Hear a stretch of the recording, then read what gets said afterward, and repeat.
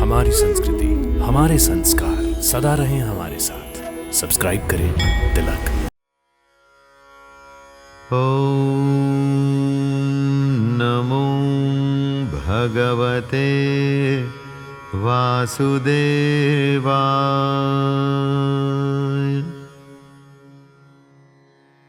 ओम नमो भगवते वासुदेवाय। तीसरा अध्याय। इसका विषय है भगवान के अवतारों का वर्णन। श्री सूत जी कहते हैं, सृष्टि के आदि में भगवान ने लोकों के निर्माण की इच्छा की। इच्छा होते ही उन्होंने महतत्व आदि से निष्पन्न पुरुष रूप ग्रहण किया। उसमें 10 इंद्रियां, 1 मन और 5 भूत, ये 16 कलाएं थीं। उन्होंने कारण जल में शयन करते हुए जब योग निद्रा का विस्तार किया, तब उनके नाभि सरोवर में से एक कमल प्रकट हुआ और उस कमल से प्रजापतियों के अधिपति ब्रह्मा जी उत्पन्न हुए। भगवान के उस विराट रूप के अंग प्रत्यंग में ही समस्त लोकों की कल्पना की गई है। वह भगवान का विशुद्ध सत्वमय श्रेष्ठ रूप है।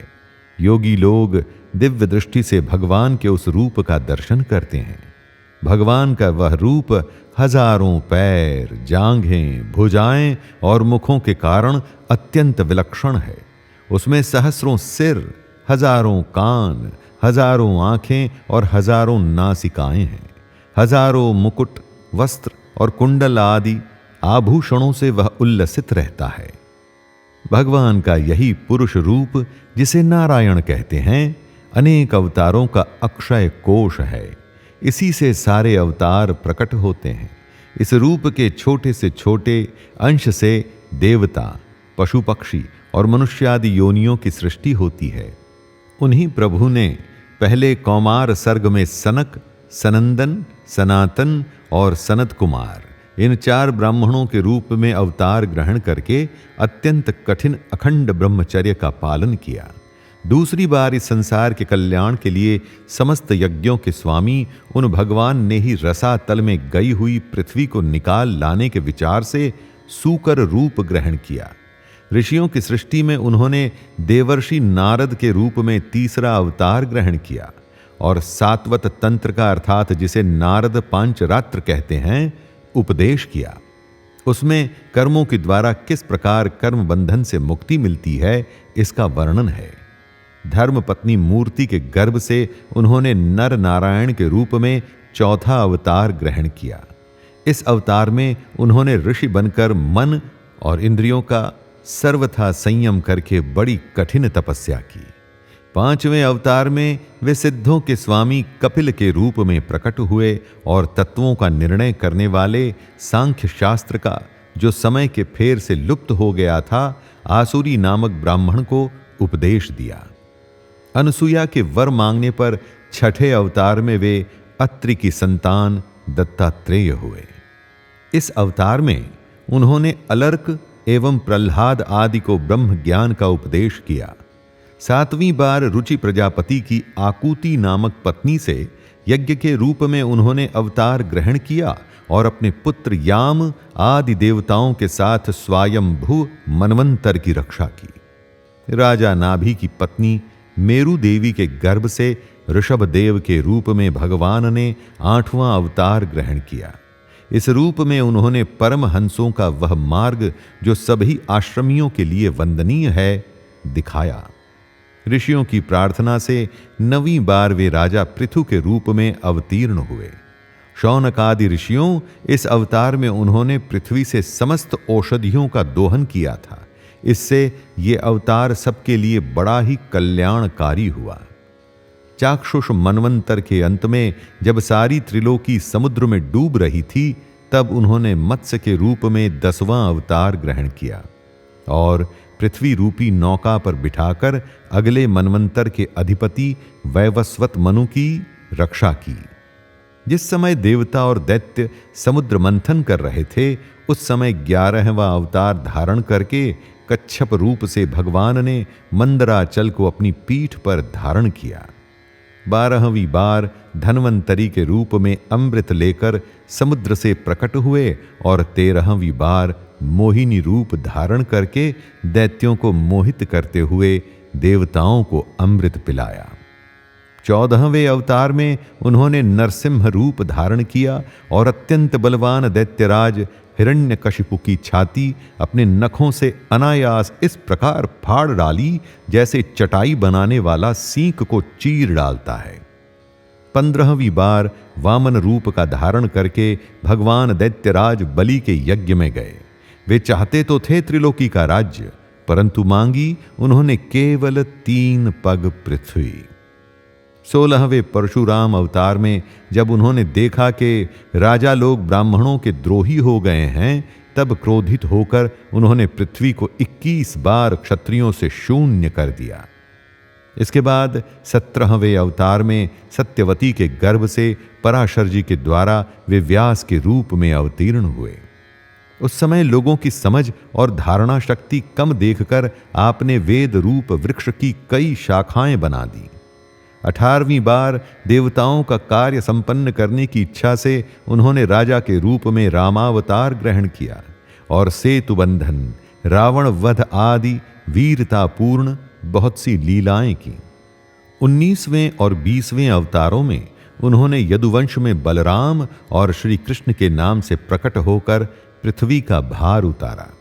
उसके बाद कलयुग आ जाने पर मगध देश अर्थात बिहार में देवताओं के द्वेषी दैत्यों को मोहित करने के लिए अजन के पुत्र रूप में आपका बुद्धावतार होगा। इसके भी बहुत पीछे जब कलयुग का अंत समीप होगा और राजा लोग प्रायः लुटेरे हो जाएंगे, तब जगत के रक्षक भगवान विष्णु यश नामक ब्राह्मण के घर कल्कि रूप में अवतीर्ण होंगे। शौनकादि ऋषियों, जैसे अगाध सरोवर से हजारों छोटे छोटे नाले निकलते हैं, वैसे ही सत्वनिधि भगवान श्री हरि के असंख्य अवतार हुआ करते हैं। ऋषि, मनु, देवता, प्रजापति, मनुपुत्र और जितने भी महान शक्तिशाली हैं, वे सब के सब भगवान के ही अंश हैं। ये सब अवतार तो भगवान के अंशावतार अथवा कलावतार हैं, परंतु भगवान श्री कृष्ण तो स्वयं भगवान अर्थात अवतारी ही हैं। जब लोग दैत्यों के अत्याचार से व्याकुल हो उठते हैं, तब युग युग में अनेक रूप धारण करके भगवान उनकी रक्षा करते हैं। भगवान के दिव्य जन्मों की ये कथा अत्यंत गोपनीय रहस्यमयी है। जो मनुष्य एकाग्र चित्त से नियम पूर्वक सायंकाल और प्रातःकाल प्रेम से इसका पाठ करता है, वह सब दुखों से छूट जाता है। प्राकृत स्वरूप रहित चिन्मय भगवान का जो यह स्थूल जगदाकार रूप है, यह उनकी माया के महत्त्वादि गुणों से भगवान में ही कल्पित है। जैसे बादल वायु के आश्रय रहते हैं और धू सरपना धूल में होता है, परंतु अल्प बुद्धि मनुष्य बादलों का आकाश में और धू सरपने का वायु में आरोप करते हैं, वैसे ही अविवेकी पुरुष सबके साक्षी आत्मा में स्थूल दृश्य रूप जगत का आरोप करते हैं। इस स्थूल रूप से परे भगवान का एक सूक्ष्म अव्यक्त रूप है, जो न तो स्थूल की तरह आकारादि गुणों वाला है और न देखने सुनने में ही आ सकता है। वही सूक्ष्म शरीर है। आत्मा का आरोप या प्रवेश होने से यही जीव कहलाता है और इसी का बार बार जन्म होता है। उपर्युक्त सूक्ष्म और स्थूल शरीर अविद्या से ही आत्मा में आरोपित हैं। जिस अवस्था में आत्मस्वरूप के ज्ञान से यह आरोप दूर हो जाता है, उसी समय ब्रह्म का साक्षात्कार होता है। तत्वज्ञानी लोग जानते हैं कि जिस समय यह बुद्धि रूपा परमेश्वर की माया निवृत्त हो जाती है, उस समय जीव परमानंदमय हो जाता है और अपनी स्वरूप महिमा में प्रतिष्ठित होता है। वास्तव में जिनके जन्म नहीं हैं और कर्म भी नहीं है, उन हृदयेश्वर भगवान के अप्राकृत जन्म और कर्मों का तत्वज्ञानी लोग इसी प्रकार वर्णन करते हैं, क्योंकि उनके जन्म और कर्म वेदों के अत्यंत गोपनीय रहस्य हैं। भगवान की लीला अमोघ है। वे लीला से ही इस संसार का सृजन, पालन और संहार करते हैं, किंतु इसमें आसक्त नहीं होते। प्राणियों के अंतःकरण में छिपे रहकर ज्ञानेंद्रिय और मन के नियंता के रूप में उनके विषयों को ग्रहण भी करते हैं, परंतु उनसे अलग रहते हैं। वे परम स्वतंत्र हैं। ये विषय कभी उन्हें लिप्त नहीं कर सकते।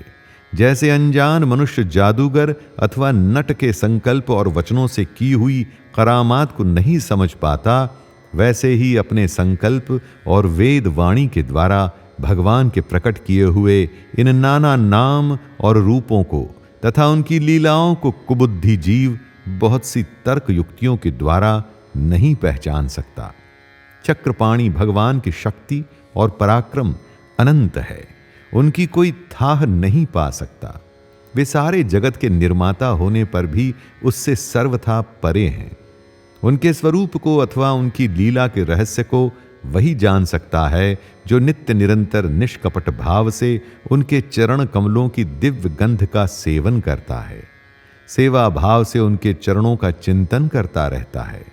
शौनक आदि ऋषियों, आप लोग बड़े ही सौभाग्यशाली तथा धन्य हैं जो इस जीवन में और विघ्न बाधाओं से भरे इस संसार में समस्त लोकों के स्वामी भगवान श्री कृष्ण से वह सर्वात्मक आत्मभाव, वह अनिर्वचनीय अनन्य प्रेम करते हैं, जिससे फिर इस जन्म मरण रूप संसार के भयंकर चक्र में नहीं पड़ना होता।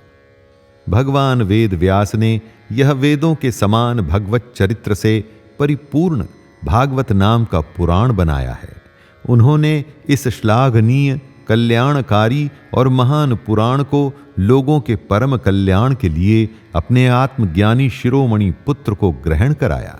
इसमें सारे वेद और इतिहासों का सार सार संग्रह किया गया है। शुकदेव जी ने राजा परीक्षित को यह सुनाया।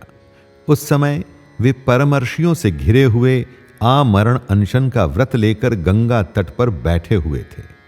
भगवान श्री कृष्ण जब धर्म, ज्ञान आदि के साथ अपने परम धाम को पधार गए, तब इस कलयुग में जो लोग अज्ञान रूपी अंधकार से अंधे हो रहे हैं, उनके लिए यह पुराण रूपी सूर्य इस समय प्रकट हुआ है।